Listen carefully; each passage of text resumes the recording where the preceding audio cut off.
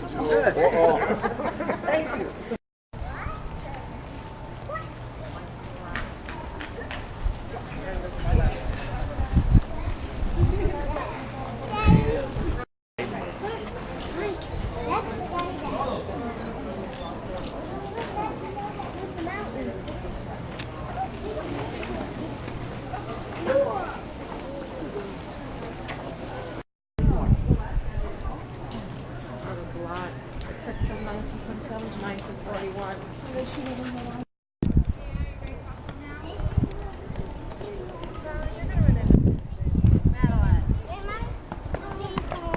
Well, not yet. We're not going home just yet.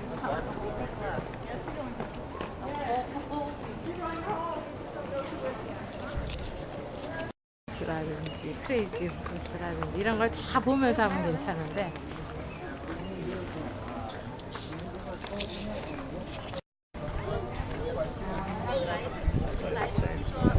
Let's go over and over there. Let's walk over. I'm okay. This is like the Great Wall of China.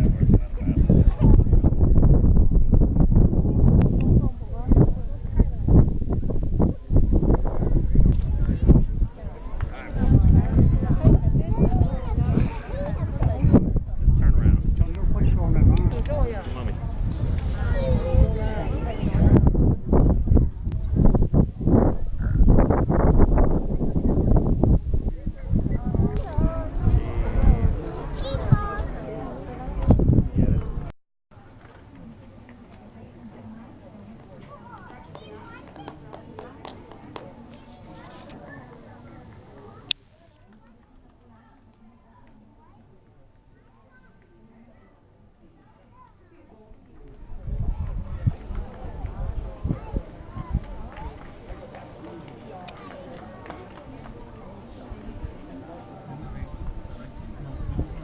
Cheese balls.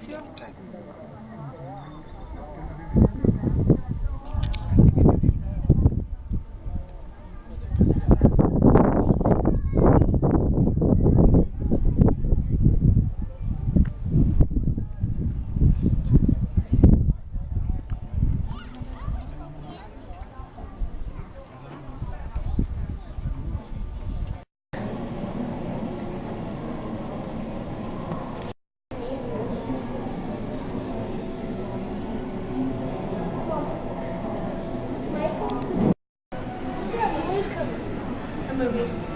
It's probably the bombing or the dynamite.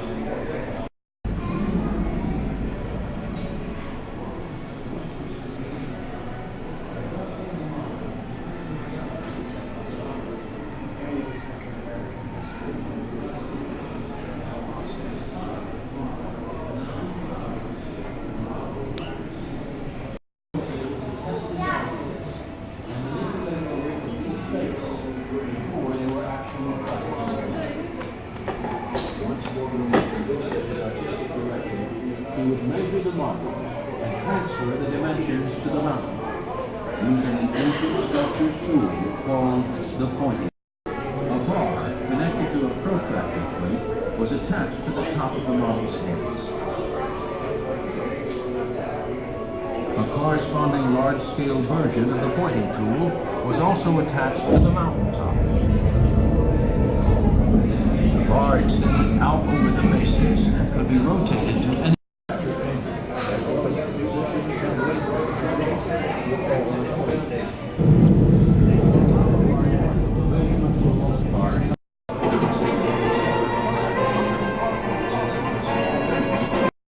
finesse the stone and bring the face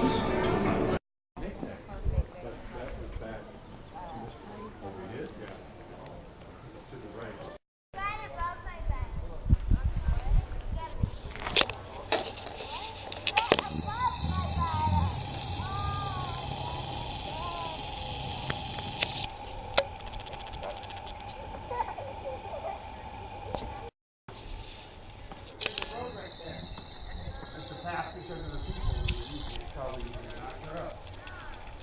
I don't want to get kicked out.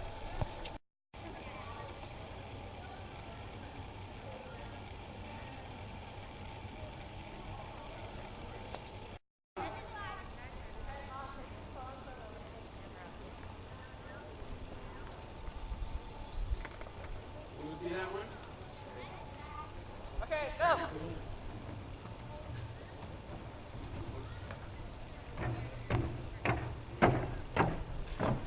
We hold these truths to be self-evident, he wrote in the Declaration of Independence, that all men are created equal, that they are endowed by their Creator with certain unalienable rights, that among these are life, liberty, and the pursuit of happiness. More than 20 years later, when Jefferson became president, the red-haired Virginian also proved to be a great nation builder. His purchase of the Louisiana Territory in 1803 opened the way to America's westward expansion.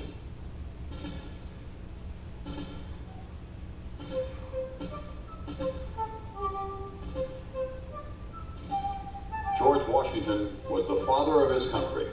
In the darkest hours of the Revolution, his courage and resolve seemed never to falter. By sheer force of character, he brought the nation victory in its War of Independence. There were some who wanted to crown him emperor, but Washington would have none of it, choosing instead to nurture, in his own words, the sacred fire of liberty. As our first president, Washington set about to make the lofty ideals of the Declaration of Independence work in practice. For his iron rectitude, for his inspired vision of the future of a free people, and for the dignity he brought to the office of the presidency, Washington will be remembered for as long as men dream of freedom.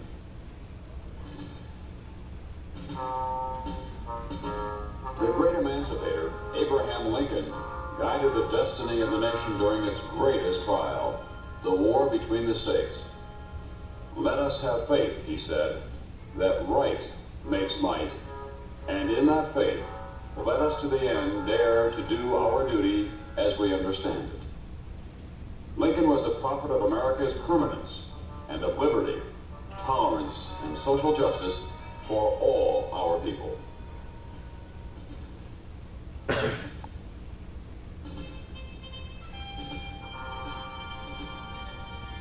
To political freedom, Theodore Roosevelt extended economic freedom. He was the daring trust-buster, passionate conservationist, and friend of the common man. At a time when the U.S. was emerging as a world power, he led the march toward new frontiers, forging new links between East and West with the Panama Canal. We, here in America, hold in our hands the hopes of the world, he wrote, and shame and disgrace will be ours if in our eyes the light of high resolve is dimmed, if we trail in the dust the golden hopes of men.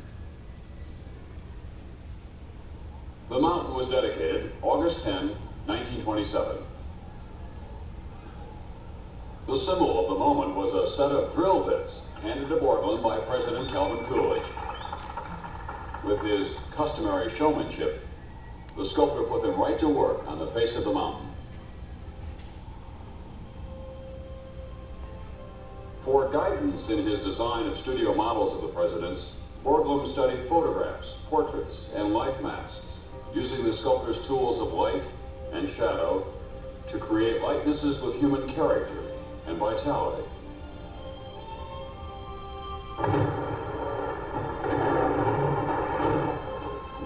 % of the monument was carved with dynamite.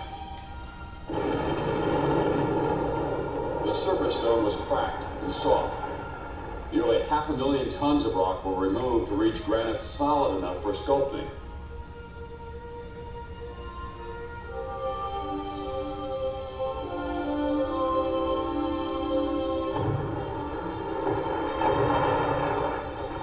An engineer had suggested the use of dynamite to Borglum on an earlier job. By the time the artist came to Rushmore, he knew how to remove exact amounts of stone with each charge. To enable local hard rock miners to act as assistant sculptors, Borglum employed a measuring system called pointing. A circular plate marked off in degrees, was mounted on the head of the studio model. One end of a bar was attached to the center of the plate. From the bar, a plumb bob was lowered until it touched the model. Measurements made on the model were multiplied by 12 and transferred to the mountain by the use of similar but larger devices mounted on the sculpture. Marks were made at each point, telling workmen how much stone to remove. Holes were then drilled for dynamite charges. The pointer was the most important worker on the mountain after the sculptor himself. In addition to pointers, the construction crew included powdermen, winchmen, blacksmiths, call boys, and as many drillers as the budget would allow at a given moment.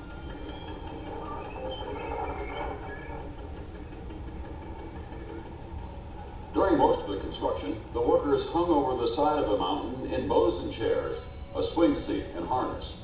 With their jackhammers and other equipment, the men were raised and lowered by cables attached to winches.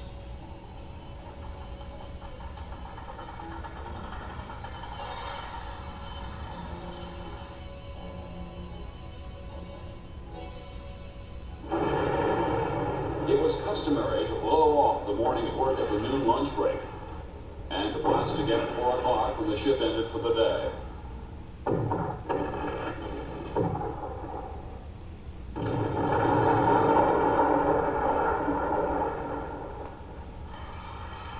The drillers became so skilled they could block out a nose to within a few inches of a finished surface, shape the lips, and grade the contours of the neck, cheeks, and brows.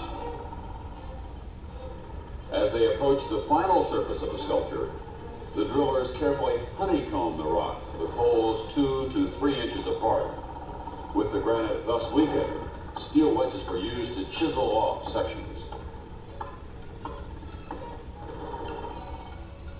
The remaining pock-like drill marks on the faces were removed with a small air hammer and facing bit, a finishing process called bumping.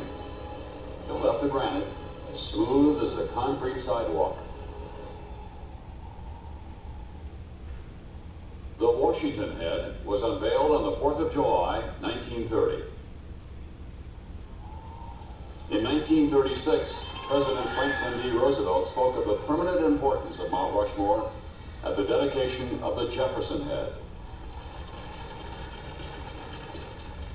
10,000 years from now, if we can meditate and wonder whether our descendants, because I think they'll still be here, what they will think about us. And let us hope that at least they will give us the benefit of the doubt. That they will believe that we have honestly striven in our day and generation to preserve for our descendants a decent land to live in and a decent form of government to operate under.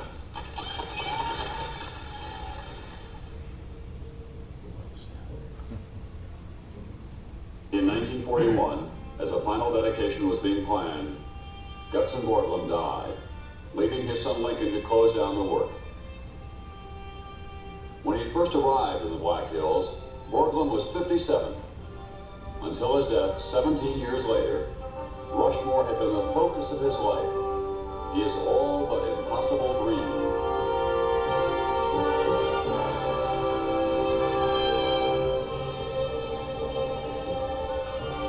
In both its conception and realization, Rushmore is uniquely American, proclaiming bold ideals and big aspirations, celebrating the spirit of our people and the sweep of our civilization, reminding us of the hope a democratic society offers to the future. It is a monument no less to the men who, working together, transformed a lofty dream into a colossal reality, a work of art for the ages. A monument's dimensions shall be determined by the importance to civilization of the events commemorated, Borglum had said when he began. Let us place there, carved high, as close to heaven as we can, our leaders, their faces, to show posterity what manner of men they were. Then breathe a prayer that these records will endure until the wind and rain alone shall wear them away.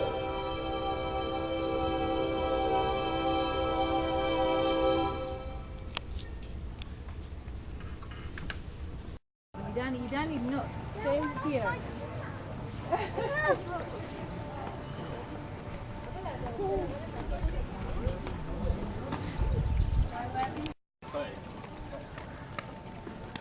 Hej alla, det ser greiene.